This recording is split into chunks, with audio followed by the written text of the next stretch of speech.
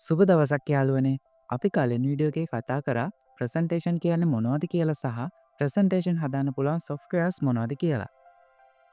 අද අපි කතා කරමු MS PowerPoint පාවිච්චි කරන්නේ කොහොමද කියලා.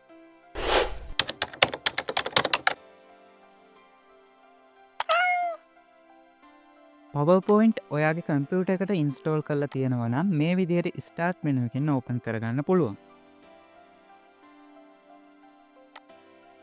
එහෙමත් නැත්නම් Windows key එකත් එක්ක ආර්කික් කරාම එන බොක්ස් එකේ මේ විදිහට ස්පේස් එකක් නැතිව Power PNT කියලා ටයිප් කරලා ඕකේ කරන්න. ඔයාගේ කම්පියුටර් එකේ PowerPoint නැත්නම් මෙන්න මේ විදිහට office.com සයිට් එකට ඔයාගේ Microsoft account එක හරහා sign up වෙලා browser එකෙන් PowerPoint use කරන්න පුළුවන්. ඔයාට Microsoft account එකක් නැත්නම් description එකේ තියෙන link එකෙන් හරි මේ card එකෙන් හරි ගිහිල්ලා Microsoft account එකක් හදන හැටි ගැන මම කරපු වීඩියෝ එකක් බලන්න. PowerPoint open කරගත්තට පස්සේ මේ විදිහට blank presentation එකක් create කරගන්න. උඩින්ම presentation එකේ නමත් එක්ක PowerPoint කියලා තියෙනවා. ඒකට වම් පැත්තෙන් ඔයාට මේ විදිහට tool bar එකක් බලා ගන්න පුළුවන්.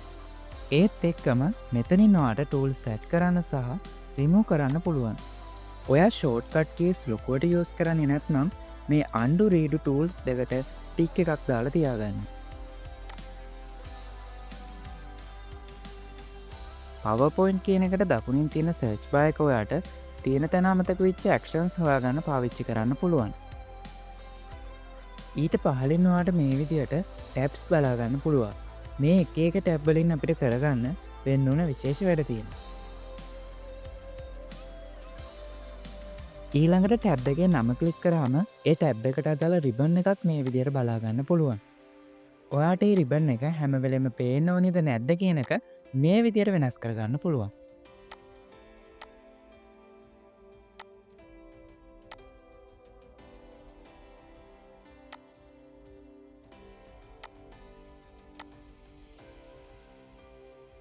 මෙතනින් අපිට ප්‍රසන්ටේෂන් එකේ පේජස් ටික බලා ගන්න පුළුවන්. අපි එඩිට් කරද්දි පේජස් අතර මාරු වෙන්නෙත් මෙතනින්. මේ සුදු පාට කොටුවේ තමයි අපි ප්‍රසන්ටේෂන් එක හදන්නේ. මේ එක පේජ් එකකට අපි ස්ලයිඩ් එකක් කියලා කියනවා. මේ විදිහට දකුණු පැත්තෙන් ඔයාට ටාස්ක් පේන් එකක් දාගන්න පුළුවන්. මේක වැඩ තවත් ලේසියෙන් කරගන්න. මෙතනින් ඔයාට ස්ලයිඩ් එක ගැන නෝට්ස් මොනවා හරි ලියන්න ඕන නම් ටයිප් කරගන්න පුළුවන්. පහළම භාගයේ වම් පැත්තෙන් ප්‍රසන්ටේෂන් එකේ ස්ලයිඩ් ගාන, ඔයා තෝරගෙන ඉන්න ස්ලයිඩ් එක මොකද්ද, ස්පෙලිං වල වැරදි තියෙනවා නම් ඒ වගේ දේවල් බලා ගන්න පුළුවන්.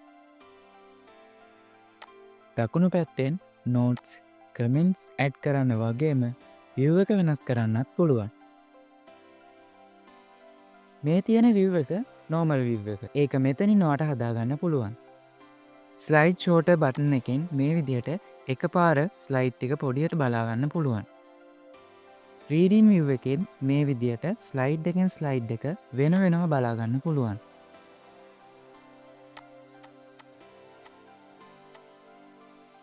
ඒ වගේම ඔයා මේක ප්‍රොජෙක්ට් එකකට වගේ කාස්ට් කරනවා නම් ස්ලයිඩ් ෂෝ බටන් එක ඔබන්න පුළුවන්. අන්තිමට පේජ් එක zoom කරන්න මෙතනින් පුළුවන්. ඔයාගේ වින්ඩෝ එකේ සයිස් එකට මේක ෆිට කරන්න නම් මේ බටන් එක ඔබන්න. හරි. දැන් අපි මේ ඉන්ටර්ෆේස් එක ගැන සරලව ඉගෙන ගත්තා. දැන් අපි බලමු මේකේ ස්ලයිඩ් එකක් අපිට ඕනි විදිහට හදාගන්නේ කොහොමද කියලා.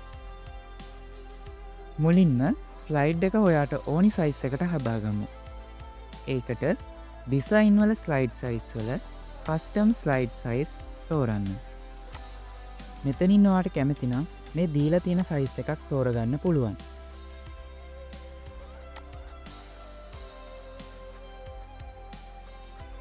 එහෙම නැත්නම් ඔයාට අවශ්‍ය ස්ලයිඩ් එකේ දිග පළල සෙන්ටිමීටර්ස් වලින් ටයිප් කරන්න.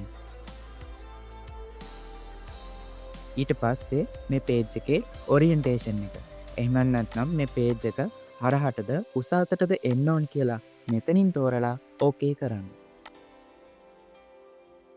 ඊළඟට මෙන්න මේ විදිහේ බොක්ස් එකක් ඔයාලට බලා ගන්න පුළුවන්. අපි ප්‍රසන්ටේෂන් එක හදන්න කලින්ම ස්ලයිඩ් එකේ සයිස් එක තෝරගත්ත නිසා මේ දෙකෙන් කැමති එකක් තෝරගෙන ඔයාලට ඉස්සරහට යන්න පුළුවන්. ඒත්තුව මේ ස්ලයිඩ් එකේ වැඩ කරාට පස්සවා සයිස් එක වෙනස් කරන්න මේ මැක්සිමයිස් කියනකින් වෙන්නේ ඔයාගේ ඒ ඇඩ් කරපු දේවලල සයිස් එක මුලි දං ආයවාට හදන්නවා මොකද සමහර වෙලාවට ස්ලයිඩ් එකෙන් ඒව එලියටත් යනවා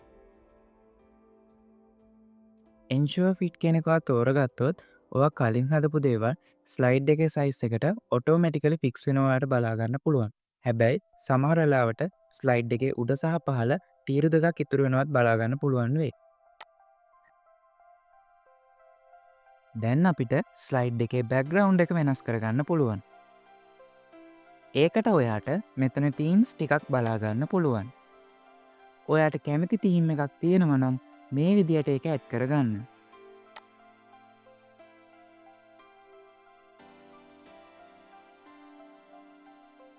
ඔයා මෙතනින් තීම් එකක් ඇඩ් කරගත්තට පස්සේ ඒක කලර්ස් ෆොන්ස් මේ විදියට වෙනස් කරගන්න පුළුවන්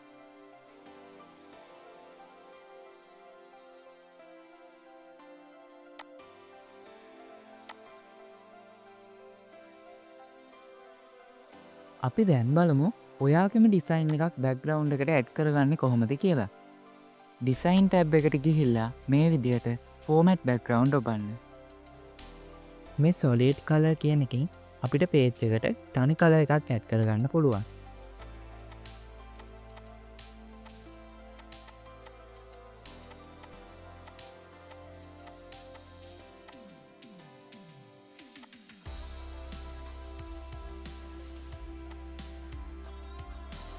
ස්ලයිඩ් එකටවා කල එකක් තෝරගත්තර පස්සේ ඒක ට්‍රන්ස්පේරන්සි එක ඒ කියන්නේ විනිවිධ භාවය කොච්චර අද්දි කියලා මේ විදියට වෙනස් කරගන්න පුළුවන් ඊළඟට අපි බලමු ග්‍රේඩියන්ට් එකක් ඇඩ් කරගන්න කොහොමද කියලා මෙතනින් ග්‍රේඩියන්ට් ෆිල් කෙනෙකවා තෝරගත්තර පස්සේ මේ ගොල්ලො දීලා තියෙන ග්‍රේඩියන්ට් එකක්වා තෝරගන්න ඕනි ඊට පස්සේ ඔයා කැමැති කලර්ස් දාලා කැමැති විදියට මේක කස්ටමයිස් කරගන්න පුළුවන්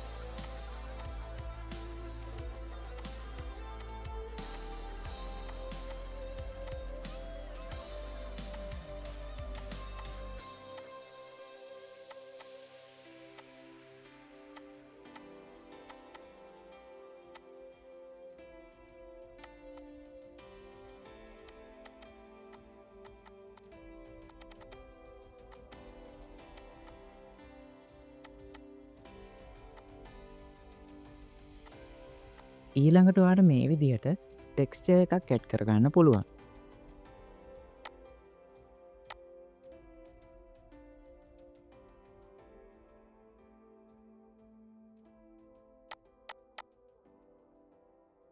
ඊළඟට අපි බලමු ෆොටෝ සැට් කරන්න කොහොමද කියලා ඔයාට ෆොටෝ එකක් බැක්ග්‍රවන්් එකට ඇඩ් කරගන්න ඕනින මේ ඉන්සර්ට් කියනෙකුට කලික් කරන්න වෙනවා ඊළඟට කම්පියුට එකේ ෆොටෝ එකක් නම් වාට ඇඩ් කරගන්න ඕනි මේ ෆ්‍රොම් ෆයිල් කියන එක තෝරගන්න ඊළඟට කම්පියුට එකේ තියෙන ෆොටෝ එකක් තෝරලා ඉන්සර්ට්ට කලික් කරන්න මේ විදියට බැක්ග්‍රවන්් එකට ෆොටෝ එකක් ඇඩ් කරගත්තර පස්සේ ඔයාට මේ ටූල්ස් පාවිච්චි කරලා බැක්ග්‍රවන්් එක තවත් එඩිට් කරගන්න පුළුවන්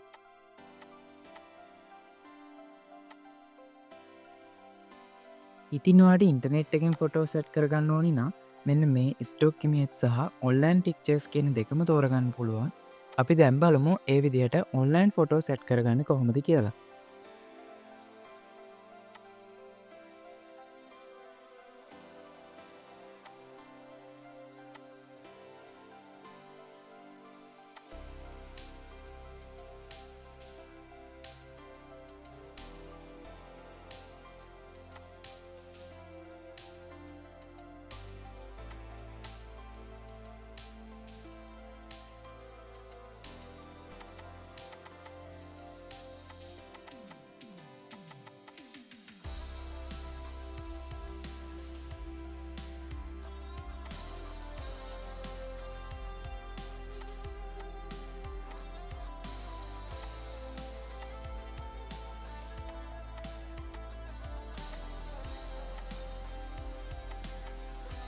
අවසාන වශයෙන් අපි බලමු බැක්ග්‍රවන්් එකට පැටර්න් එකක් ඇඩ් කරගන්න කොහොමද කියලා පැටර්න් එකක් ඇඩ් කරගත්දී ඔයාට මේ දීලා තියෙන පැටර්න් වලින් එකක් තෝරගන්න පුළුවන් ඊට පස්සේ ඒකේ කලර්ස් මේ විදිහට වෙනස් කරගන්න පුළුවන්